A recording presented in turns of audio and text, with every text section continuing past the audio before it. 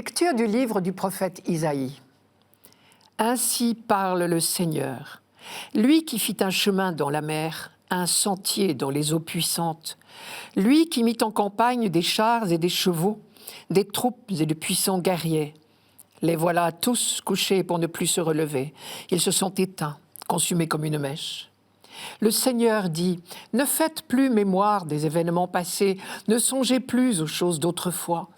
Voici que je fais une chose nouvelle. Elle germe déjà, ne la voyez-vous pas? Oui, je vais faire passer un chemin dans le désert, des fleuves dans les lieux arides. Les bêtes sauvages me rendront gloire, les chacals et les autruches, parce que j'aurai fait couler de l'eau dans le désert, des fleuves dans les lieux arides, pour désaltérer mon peuple, celui que j'ai choisi.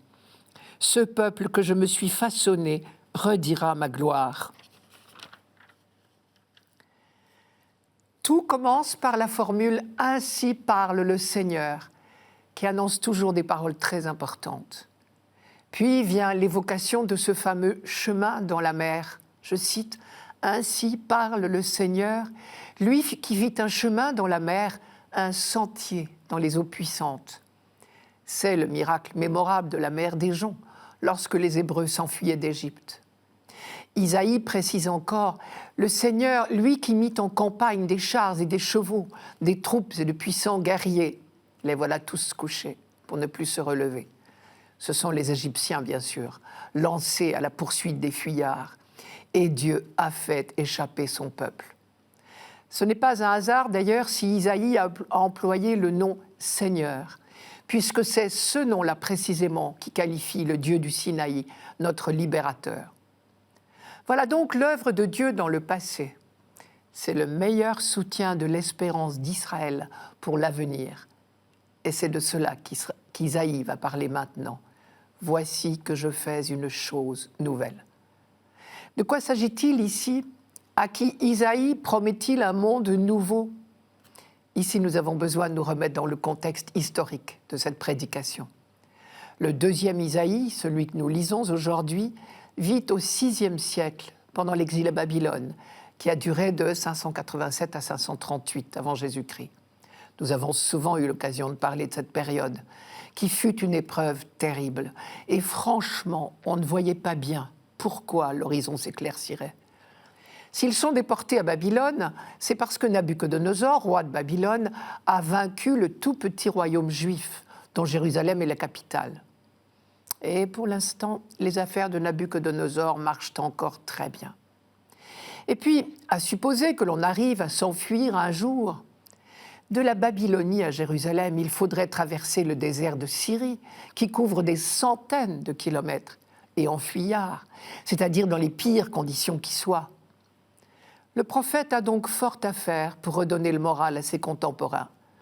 Mais il le fait si bien qu'on appelle son livre le livre de la consolation d'Israël. Parce que le chapitre 40 commence par cette phrase superbe « Consolez, consolez mon peuple, dit votre Dieu ».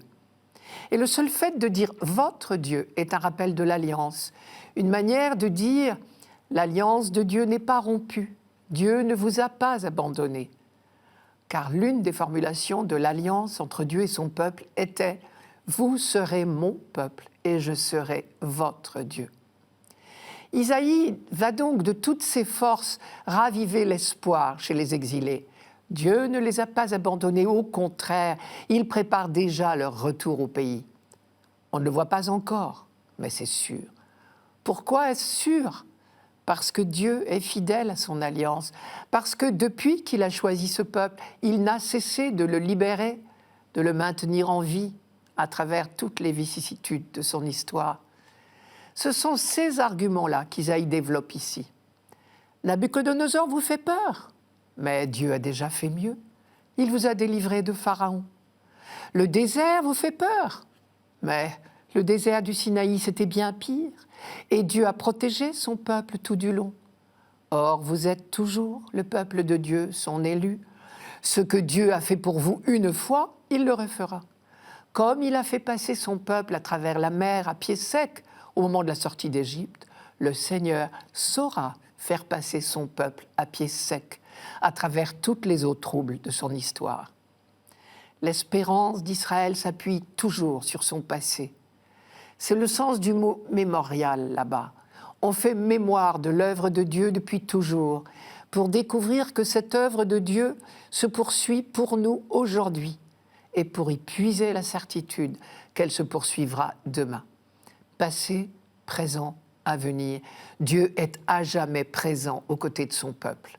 C'est l'un des sens du nom de Dieu, je suis. Sous-entendu, je suis avec vous en toutes circonstances. Je reviens à notre texte. C'est précisément au cours de cette période difficile de l'exil, au moment où on risquait de s'installer dans la désespérance, que les prophètes ont développé une nouvelle métaphore, celle du germe. Voici que je fais une chose nouvelle. Elle germe déjà, ne la voyez-vous pas, dit Isaïe ici.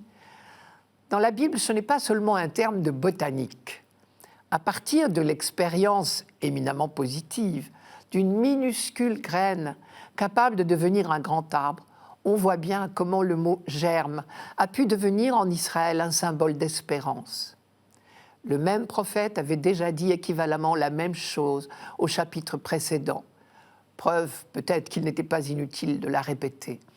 Je vous cite, « Je vous annonce de nouveaux événements.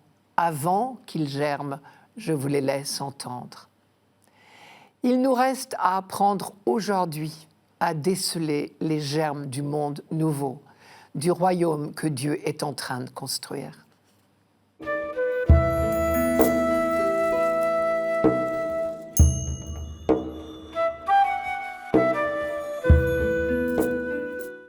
Psaume 125. Quand le Seigneur ramena les captifs à Sion, nous étions comme en rêve. Alors notre bouche était pleine de rire, nous poussions des cris de joie. Alors on disait parmi les nations, « Quelle merveille fait pour eux le Seigneur !» Quelle merveille le Seigneur fit pour nous, nous étions en grande fête. Ramène, Seigneur, nos captifs, comme les torrents au désert, qui sèment dans les larmes, moissonnent dans la joie. Il s'en va en pleurant, il jette la semence. Il s'en vient dans la joie, il rapporte les gerbes. Dans notre première lecture, le prophète Isaïe annonçait le retour au pays du peuple exilé à Babylone. Et ce retour a eu lieu. Très spontanément, on a chanté ce miracle par ce psaume, comme on avait chanté le miracle de la sortie d'Égypte. Vous connaissez l'histoire. En 587, c'est Nabuchodonosor, roi de Babylone, qui avait conquis Jérusalem et déporté la population. Mais le vainqueur est vaincu à son tour. La nouvelle puissance montante dans cette région, c'est le royaume perse. Le roi Cyrus a conquis Babylone en 539. Et dès 538, il a renvoyé les Juifs à Jérusalem et leur en a donné les moyens sous forme de subventions. Il est même allé jusqu'à restituer les biens du temple, pillés par les hommes de Nabuchodonosor. Mais vous avez remarqué, on ne dit pas « quand le roi de Perse, Cyrus, laissa les exilés rentrer à Sion ».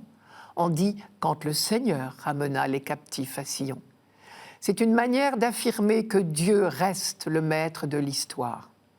Pendant bien longtemps, et c'est encore le cas dans ce texte d'Isaïe, l'Ancien Testament a laissé penser que Dieu tirait toutes les ficelles de l'histoire, manière de dire qu'aucun autre Dieu n'agissait sur les événements. Il s'agissait alors pour les prophètes de lutter contre l'idolâtrie. Aujourd'hui, nous pressentons bien, sans savoir l'exprimer de manière satisfaisante, que l'humanité est partiellement au moins libre et responsable des événements. Je reviens à notre psaume. Écrit plus tard, on ne sait pas exactement quand, mais bien longtemps peut-être après le retour de l'exil, il évoque la joie, l'émotion de la libération et du retour. En exil, là-bas, on en avait tant de fois rêvé. Et quand cela s'est réalisé, on osait à peine y croire. Quand le Seigneur ramena les captifs à Sion, nous étions comme en rêve. Quelle merveille le Seigneur fit pour nous. Nous étions en grande fête. Et on va jusqu'à s'imaginer que les autres peuples sont eux aussi émerveillés par ce miracle. Alors on disait parmi les nations, quelle merveille fait pour eux le Seigneur. Soyons francs, les nations, comme on dit, c'est-à-dire les peuples païens, ont peut-être d'autres sujets de préoccupation. En fait, cette affirmation que même les païens s'inclinent devant l'œuvre de Dieu pour son peuple élu est pour Israël un double rappel qui n'a rien à voir avec de la prétention. Il s'agit d'affirmer deux choses. Premièrement, une infinie reconnaissance pour la gratuité du choix de Dieu. Deuxièmement, on n'oublie jamais que le peuple élu l'est pour le monde. Sa vocation est d'être un peuple témoin de l'œuvre de Dieu, justement.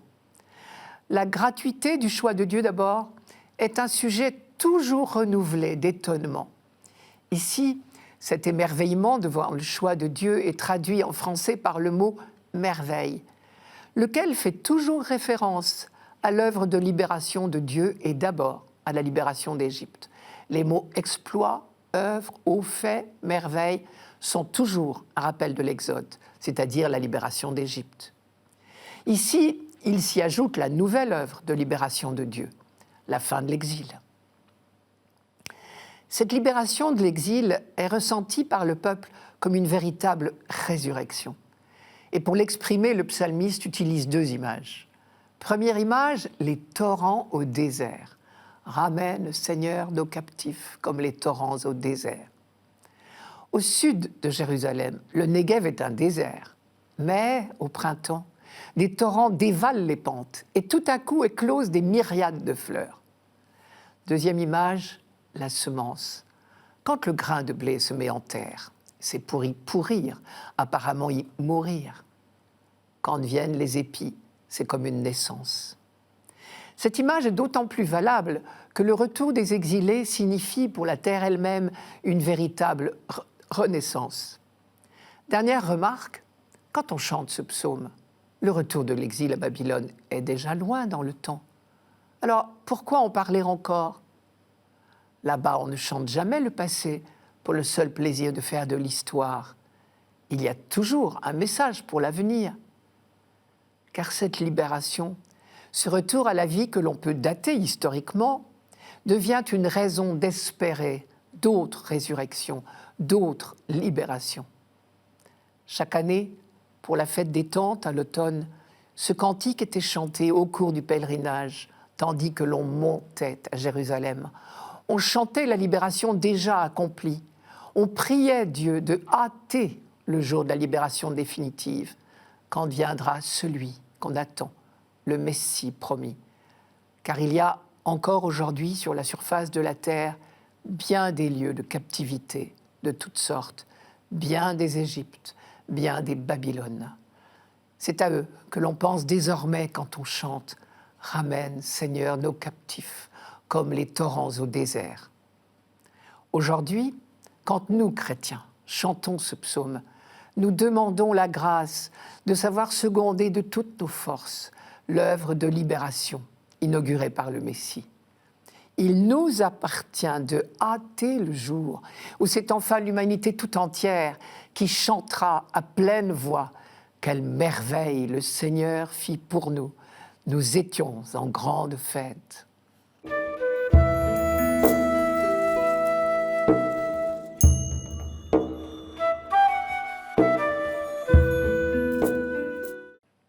Lecture de la lettre de saint Paul apôtre aux Philippiens. Frères, tous les avantages que j'avais autrefois, je les considère comme une perte, à cause de ce bien qui dépasse tout, la connaissance du Christ Jésus, mon Seigneur. À cause de lui, j'ai tout perdu. Je considère tout comme des ordures, afin de gagner un seul avantage, le Christ, et en lui d'être reconnu juste, non pas de la justice venant de la loi de Moïse, mais de celle qui vient de la foi au Christ, la justice venant de Dieu, qui est fondée sur la foi. Il s'agit pour moi de connaître le Christ, d'éprouver la puissance de sa résurrection et de communier aux souffrances de sa passion en devenant semblable à lui dans sa mort, avec l'espoir de parvenir à la résurrection d'entre les morts. Certes, je n'ai pas encore obtenu cela, je n'ai pas encore atteint la perfection, mais je poursuis ma course pour tâcher de saisir, puisque j'ai moi-même été saisi par le Christ Jésus. Frères, quant à moi, je ne pense pas avoir déjà saisi cela. Une seule chose compte. Oubliant ce qui est en arrière et lancé vers l'avant, je cours vers le but, en vue du prix auquel Dieu nous appelle là-haut, dans le Christ Jésus. Nous retrouvons ici l'image de la course que saint Paul emploie à plusieurs reprises dans ses lettres. Et dans la course, c'est le but qui compte. Le point de départ, il faut se dépêcher de l'oublier. Il faut donc savoir tourner le dos, en quelque sorte. Et depuis qu'il a été saisi par le Christ, comme il dit, Paul a tourné le dos à bien des choses, à bien des certitudes. Le mot « saisi » est très fort dans le langage de Paul. Sa vie a été réellement complètement bouleversée depuis le jour où le Christ s'est littéralement emparé de lui sur le chemin de Damas. Tous les avantages que j'avais autrefois, je les considère maintenant comme une perte, à cause de ce bien qui dépasse tout, la connaissance du Christ Jésus, mon Seigneur. Ces avantages dont il parle, c'était la fierté d'appartenir au peuple d'Israël, c'était la foi, la fidélité, l'espérance indéracinable de ce peuple, c'était la pratique assidue, scrupuleuse de tous les commandements, ce qu'il appelle l'obéissance à la loi de Moïse. Grâce à cela, on pouvait se considérer comme juste aux yeux de Dieu. Mais désormais, Jésus-Christ a pris toute la place dans sa vie. Je considère tout comme des ordures, en vue d'un seul avantage, le Christ. Désormais, il possède le bien qui dépasse tout, la seule richesse au monde à ses yeux, la connaissance du Christ. Pour parler de cela, Jésus employait des paraboles. Il disait par exemple, « Le royaume des cieux est comparable à un trésor qui était caché dans un champ et qu'un homme a découvert. Il le cache à nouveau.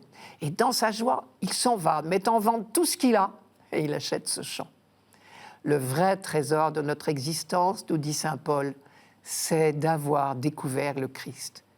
Et il sait de quoi il parle, lui qui a d'abord été un persécuteur des apôtres. Sa vie a été complètement bouleversée par cette découverte, par cette connaissance du Christ. Une connaissance qui n'est pas d'ordre intellectuel. Au sens biblique, connaître quelqu'un, c'est vivre dans son intimité, c'est l'aimer et partager sa vie. C'est bien dans ce sens d'intimité partagée que Paul parle du lien qui l'unit désormais, et avec lui tous les baptisés, à Jésus-Christ. Pourquoi insiste-t-il tellement sur ce lien ? Parce que nous sommes dans le contexte d'un conflit très grave qui traversait la communauté des Philippiens, à propos de la circoncision. Certains chrétiens d'origine juive auraient voulu qu'on impose la circoncision à tous les chrétiens préalablement au baptême. Et c'est à la circoncision que Paul pense quand il parle d'obéissance à la loi de Moïse. On sait dans quel sens les apôtres ont tranché cette question qui divisait les communautés au cours d'une assemblée à Jérusalem. Dans la nouvelle alliance, la loi de Moïse est dépassée. Le baptême au nom de Jésus fait de nous des fils de Dieu. La circoncision n'est donc plus indispensable pour faire partie du peuple de la nouvelle alliance, puisque cette alliance est définitivement scellée, une fois pour toutes, en Jésus-Christ. L'une des grandes découvertes de Paul, c'est que notre salut n'est pas au bout de nos mérites, de nos efforts. Le salut de Dieu est gratuit. C'est le sens même du mot « grâce », si on y réfléchit. Le livre de la Genèse disait déjà « Abraham eut foi dans le Seigneur, et le Seigneur estima qu'il était juste ». Pour le dire autrement, notre justice vient uniquement de Dieu, il suffit de croire.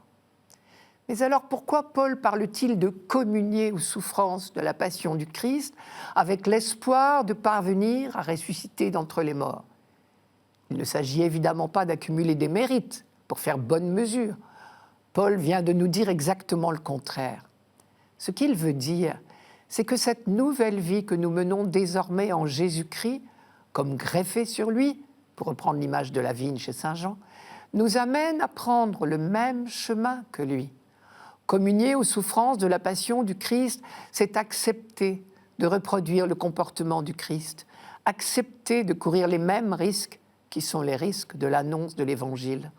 Jésus l'avait dit, « Nul n'est prophète en son pays ». Et il avait bien prévenu ses apôtres qu'ils ne seraient pas mieux traités que leur maître. Reste à savoir si nous serions capables de dire, nous aussi, comme saint Paul, que le seul bien qui compte à nos yeux, c'est la connaissance du Christ, Tout le reste n'est qu'ordure.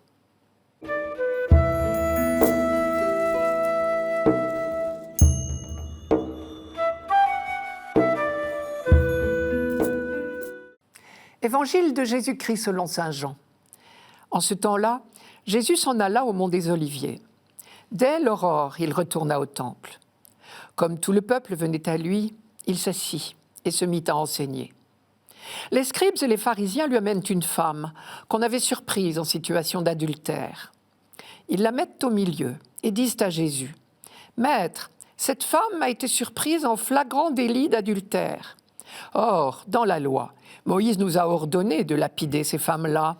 Et toi, que dis-tu » Il parlait ainsi pour le mettre à l'épreuve, afin de pouvoir l'accuser. Mais Jésus s'était baissé et du doigt, il écrivait sur la terre. Comme on persistait à l'interroger, il se redressa et leur dit : « Celui d'entre vous qui est sans péché, qu'il soit le premier à lui jeter une pierre. » Il se baissa de nouveau et il écrivait sur la terre.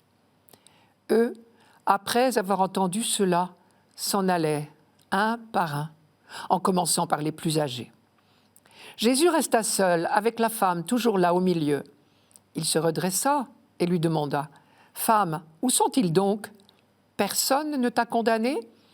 Elle répondit : « Personne, Seigneur. » Et Jésus lui dit : « Moi non plus, je ne te condamne pas. Va et désormais ne pêche plus. » Cette scène de la femme adultère est la mise en pratique de la phrase qu'on trouve au début du même évangile de Jean. Dieu n'a pas envoyé son Fils dans le monde pour juger le monde, mais pour que le monde soit sauvé par lui. Dans ce simulacre de procès auquel nous venons d'assister, les choses sont apparemment simples. La femme adultère a été prise en flagrant délit. Il y a des témoins. La loi de Moïse condamnait l'adultère. Cela faisait partie des commandements de Dieu, révélés au Sinaï. Et le livre du Lévitique prévoyait la peine capitale. Les scribes et les pharisiens qui viennent trouver Jésus sont très attachés au respect de la loi de Moïse. On ne peut quand même pas le leur reprocher. Mais ils oublient de dire que la loi prévoyait la peine capitale pour les deux complices, l'homme aussi bien que la femme adultère. Tout le monde le sait. Mais personne n'en parlera. Ce qui prouve bien que la vraie question posée par les pharisiens ne porte pas sur l'observance exacte de la loi. Leur question est ailleurs. Et le texte le dit très bien, je cite, « Il parlait ainsi pour le mettre à l'épreuve, afin de pouvoir l'accuser. » Où est le piège tendu à Jésus ? On se doute bien qu'il n'approuve pas la lapidation. Ce serait contredire toute sa prédication sur la miséricorde. Mais s'il ose publiquement plaider pour la libération de la femme adultère, on pourra l'accuser de pousser le peuple à désobéir à la loi. Dans l'évangile de Jean, au chapitre 5, on l'a déjà vu donner au paralytique guéri l'ordre de porter son grabat, ce qui est un acte interdit le jour du sabbat. Ce jour-là, on n'a rien pu faire contre lui. Mais cette fois, l'incitation à la désobéissance va être publique. Au fond, Jésus n'est pas en meilleure posture que la femme adultère. Les deux sont en danger de mort. Jésus ne répond pas tout de suite. Jésus s'était baissé, dit Jean, et du doigt, il écrivait sur la terre. Ce silence est certainement destiné à laisser à chacun le soin de répondre. Très respectueux, il n'humilie personne. Celui qui incarne la miséricorde ne cherche pas à mettre qui que ce soit dans l'embarras, pas plus les scribes et les pharisiens que la femme adultère. Aux uns, comme à elle, comme à l'autre, il va faire un bout de chemin. Son silence est constructif.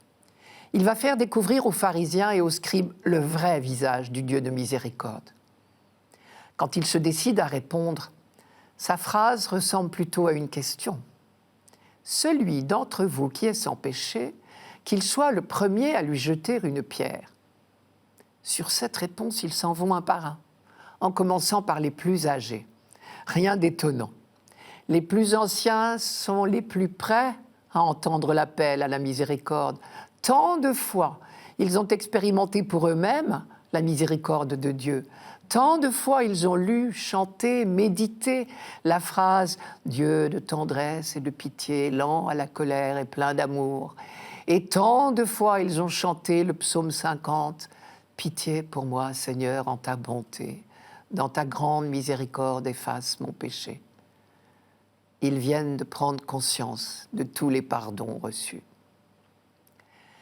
Plus encore, peut-être ont-ils compris que leur manquement à la miséricorde était en soi une faute, une infidélité au Dieu de miséricorde, un adultère en quelque sorte. La loi n'est-elle pas devenue leur idole ? La phrase de Jésus sur la première pierre les a fait réfléchir. Car être le premier à jeter la pierre était une expression connue de tous dans le contexte de la lutte contre l'idolâtrie. D'après la loi, c'était le témoin de l'idolâtrie qui devait lancer la première pierre. Si bien que la réponse de Jésus peut se traduire « Cette femme est coupable d'adultère », au premier sens du terme, c'est entendu. Mais vous, n'êtes-vous pas en train de commettre un autre adultère, une infidélité au Dieu de l'Alliance ? Les pharisiens et les scribes voulaient sincèrement être les fils du Très-Haut. Alors Jésus leur dit « Ne vous trompez pas de Dieu, soyez miséricordieux. » À ce moment-là, Jésus et la femme restent seuls. Et c'est le face-à-face, comme dit saint Augustin, de la misère et de la miséricorde. Et pour elle, le Verbe va là encore accomplir sa mission, dire la parole de réconciliation. Isaïe, parlant du véritable serviteur de Dieu, avait annoncé « Il ne brisera pas le roseau ployé, il n'éteindra pas la mèche qui s'étiole. » Ce n'est pas du laxisme. Jésus dit bien « Ne pêche plus, tout n'est pas permis, le péché reste condamné. » Mais seul le pardon peut permettre au pécheur d'aller plus loin.